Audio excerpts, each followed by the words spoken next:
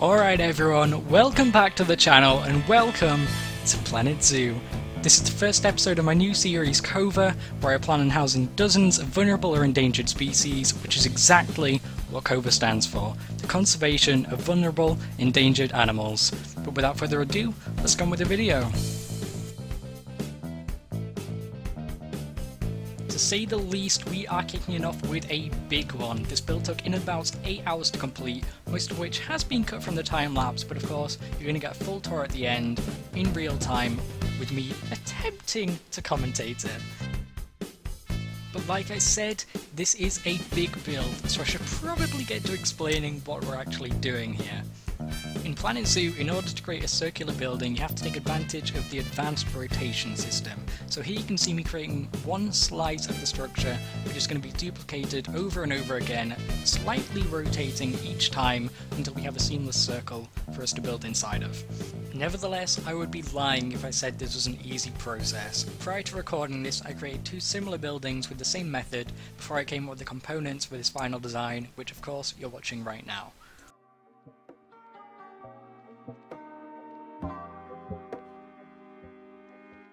There's in and around 30 different species that I want to maintain and fit into this zoo, 5 of which what Planet Zoo refers to as exhibit animals. Exhibit animals are essentially anything which is too small for a normal habitat, so instead of simply not including them, they added a small pre-made exhibit which you can customize to maintain your animal's needs and to decorate for, well, this. What you're looking at here is me creating the feature of this dome that really makes it stand out compared to any simple dome with a glass roof or a simple stone flat top. This is annoying to make. Like I said earlier, with the method for creating this dome is with the rotation device to spin it around and around and around. So we can create these little wooden panels that spread across the roof of it in a circle, and they will overlay, creating a really cool spiral pattern which makes some amazing effects with the lighting. If you can't tell, I'm pretty damn happy with how this turned out. In about a minute you'll get to see the effect that was created, and I hope you like it as much as I do, because I really like the way it turned out.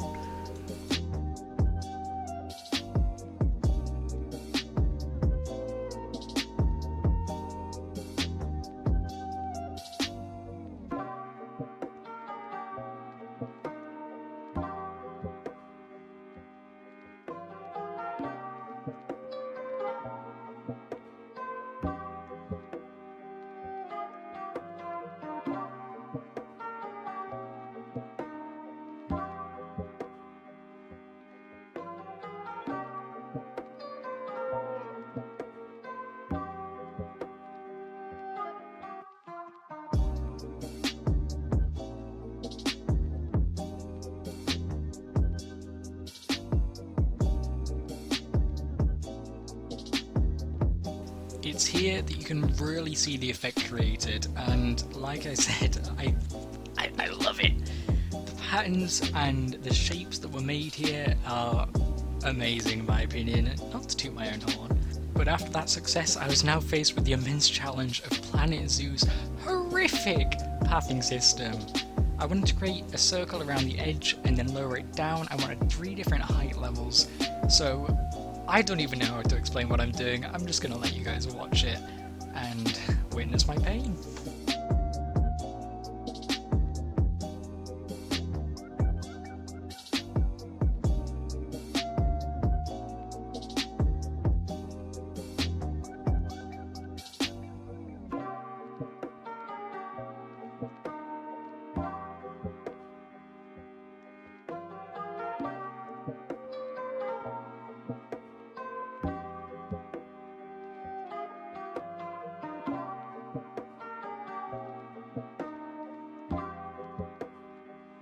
It wasn't originally in my plans to keep any animal in here that wasn't in an exhibit, but we had a huge space, bigger than I anticipated actually, and not that much to fill it.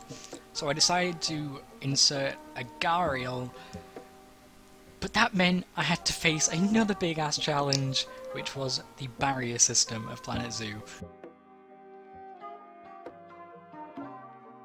Because we had so much space in this structure, I decided it'd be cool to make a little pond retained by a glass wall so you could look under the water and see the gharials swimming.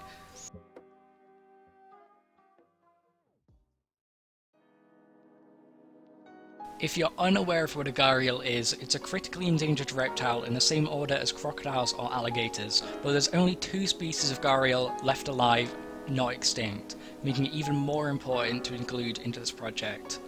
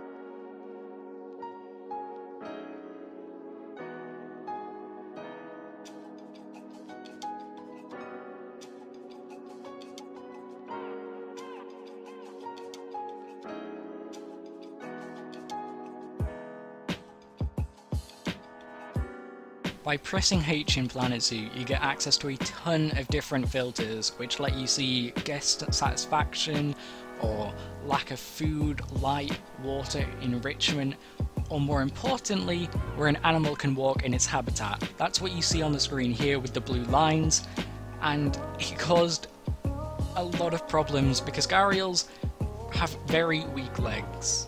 And what I actually mean by that is, unlike crocodiles or alligators who can run on land, gharials can barely lift their own weight, meaning I need to make a really gradual slope going into the water, or else they simply couldn't go in it.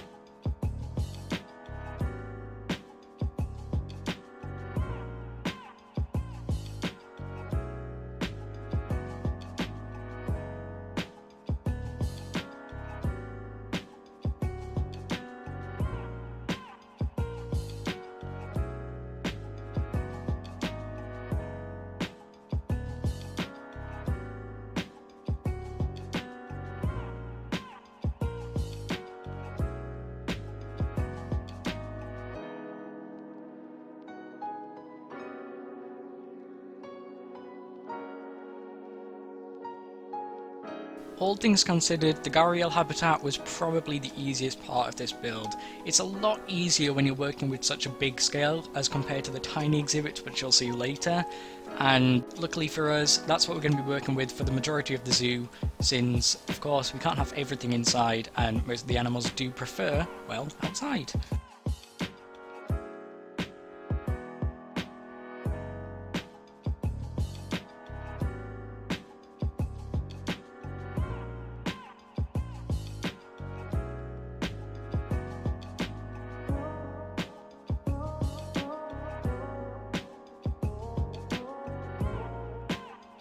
If you haven't noticed, I'm recording this voiceover after I've completed the entire build, and something that I'm trying to do in creating my exhibits is think more about where I'm actually putting plants.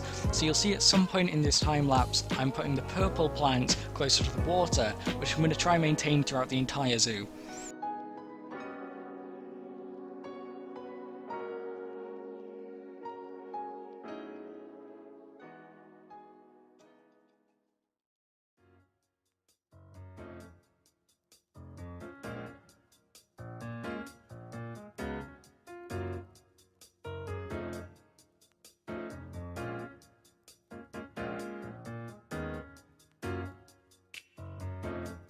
A popular technique in the plant zoo community is using trees and sinking them deep enough into the ground so that you can only see the leaves popping up through the dirt. This makes it look like there's bigger bushes and grasses, just makes the floor look a lot more lush than the typical grass that's in the normal game, and of course I used that here.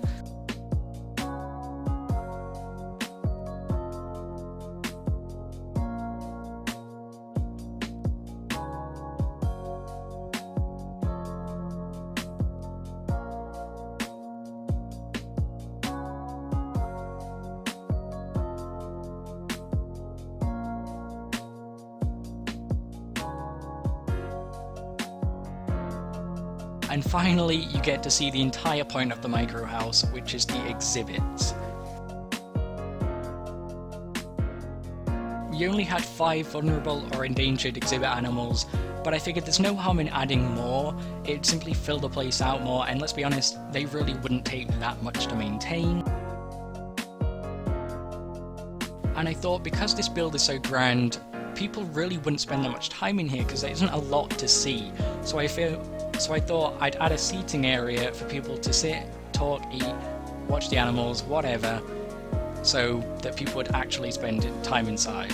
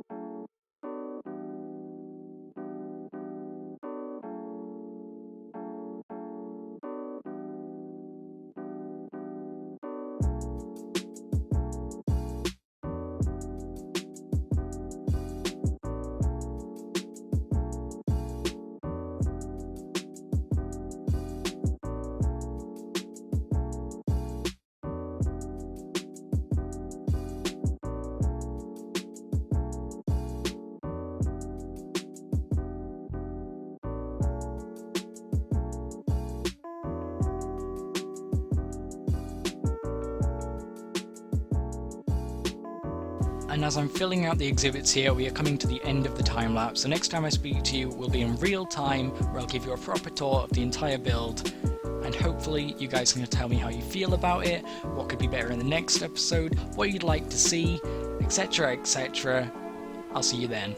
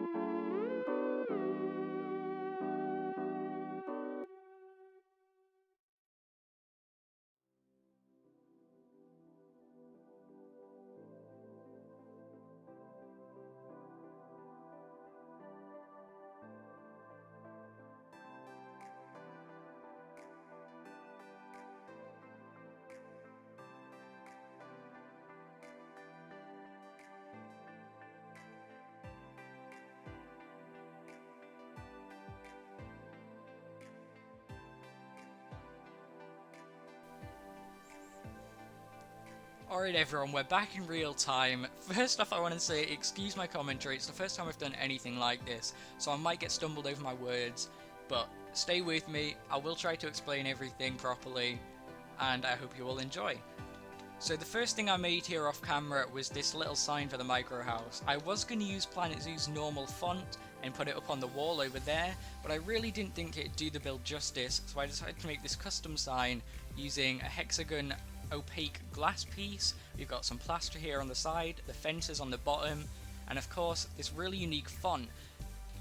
This font isn't in the game normally, I got this off the workshop. It's a blueprint by Ricey, who, if you're in the Planet Zoo community, you've probably seen her work before. She makes incredible fonts out of all the different building pieces in the game. And this is the one that I used. You can see on the back here, it uses really detailed pieces.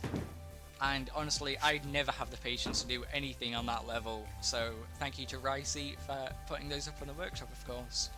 And of course, I'd feel bad if we didn't pay any sort of tribute to Ricey, so I've got a little plaque here to give credit where credit is due. Ricey's font just here on the wall with a little light strip underneath it, so at least people can know if they're visiting the zoo that Ricey has had something to do with this build. In addition, I brought in this blueprint for one of my old zoos. These are made out of electrical boxes, flipped upside down and painted different colours, and arranged in a kind of mosaic form. I'm not 100% sure it works here, but I wanted to bring it in from one of my old zoos, and I might use it. I might move it in the future, but we'll see how that goes. But I'm actually going to hop in first person mode here, which you can do by renaming any staff member Tejidcam. You can see I've already done it before. Right here, and now we can walk around in first person view, and that's what we're going to do the rest of this in. So as we walk up here, you can see I've done up the entrance a little bit, although I'll be honest, I'm not entirely happy with it. I think I am going to completely redo this little plaza area here, but I'm not sure what I want to do yet, so that's probably something I'm going to do off camera and show you guys when I have fixed it up. But when you walk in, you get a pretty good view of the roof, and like I mentioned earlier, I'm really happy with the way this turned out. You've got the exhibits on the right, you've got the Gharial on the left, and you can see a decent view of the plaza in the middle, and I'm really happy with it. But let's go say hi to our Gharials. Look at him! He's kind of in the bushes, but that's alright. He's jumping on his pumpkin. What a legend. I've got to be honest, the Gharials are 100% one of my favourite animals in real life. They're just so much more interesting than crocodiles and alligators. As you can see here, I also added some misters after the time lapse. I think it just creates a bit more ambience because this place did look a tiny bit bare in my opinion. The Gharials don't like lots of grass, a lot of more dirt and rocks, so I thought the misters were a good thing to kind of spruce it up and cover up the very monotone ground. Coming down to the opposite side, we've got the three frogs here, the Goliath frog, the layman's poison frog, and the golden poison frog. These are all either vulnerable or endangered, so of course, as my ruling is with this zoo, if something's vulnerable or endangered, I have to have it. If it's least concern or anything like that, I can, but I don't really mind about it. So for example, in the next episode, we're going to be having one endangered animal and then one which is least concern. I'm not going to tell you what those is, that's going to be a surprise, but I think it's going to make a nice combined exhibit. And it's here between the frogs and the insects that I think you have the best view of this. You can see the gyral exhibit right ahead, some iguanas down there, a seating area. This place is a bit hectic when it has people in it, but there's nothing I can do about that. Further along from the frogs, we have all our insects. Our Mexican red knee tarantula, which I believe is also vulnerable, although I'm not too sure about that one. We've also got a giant burrowing cockroach and an Amazonian centipede. Neither of those are actually endangered or anything, but I felt the tarantula would look a bit lonely on its own, so I decided to incorporate some other little invertebrates. But moving down into the central little plaza thing, you've got a great view into the lake for the gharials. They're not swimming right now, I don't think, although I can go through the glass here. Nope, can't see any of them, but when the gharials are swimming about, you can see it really nicely. And it's a tight squeeze, but they can go into these little side bits, so this part here is actually the best to see them. But as I mentioned up there, we've got the little seating area down here, which I really like how it turned out. I thought as cool as this build is, there's really not a ton going on in here, so people wouldn't spend too much time.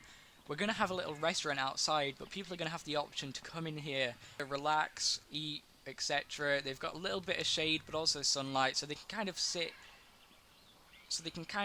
to be wherever they want. They can be in the shade over here or in the sun over here. And coming back up the ramp to the exit, there's really nothing up here. There's really not much going on here. You can see the path that wraps around it. You can also see a little sneak peek of something that I've got going over there for the next episode. But this entire area here between the path and the building is going to be covered in jungle. So this little path is going to be practically invisible from where we are. And of course this is an exit only, so we don't want people going in there anyway. But yeah, I think that's just about it for episode 1. I really hope you enjoyed. This took a long time to make, and of course it's the first time that I've done anything like this on YouTube. So I'd really appreciate if you could leave a like, leave a comment, subscribe to the channel, check out our other series, whatever you want to do. And of course, if you enjoyed this, we're going to have tons more episodes out. I'm planning to get these out weekly and upload them on Wednesdays. I should be able to keep it up at least for the foreseeable future. But anyway, thank you everyone for watching. I hope you all enjoyed, and I'll see you in the next one. Bye bye!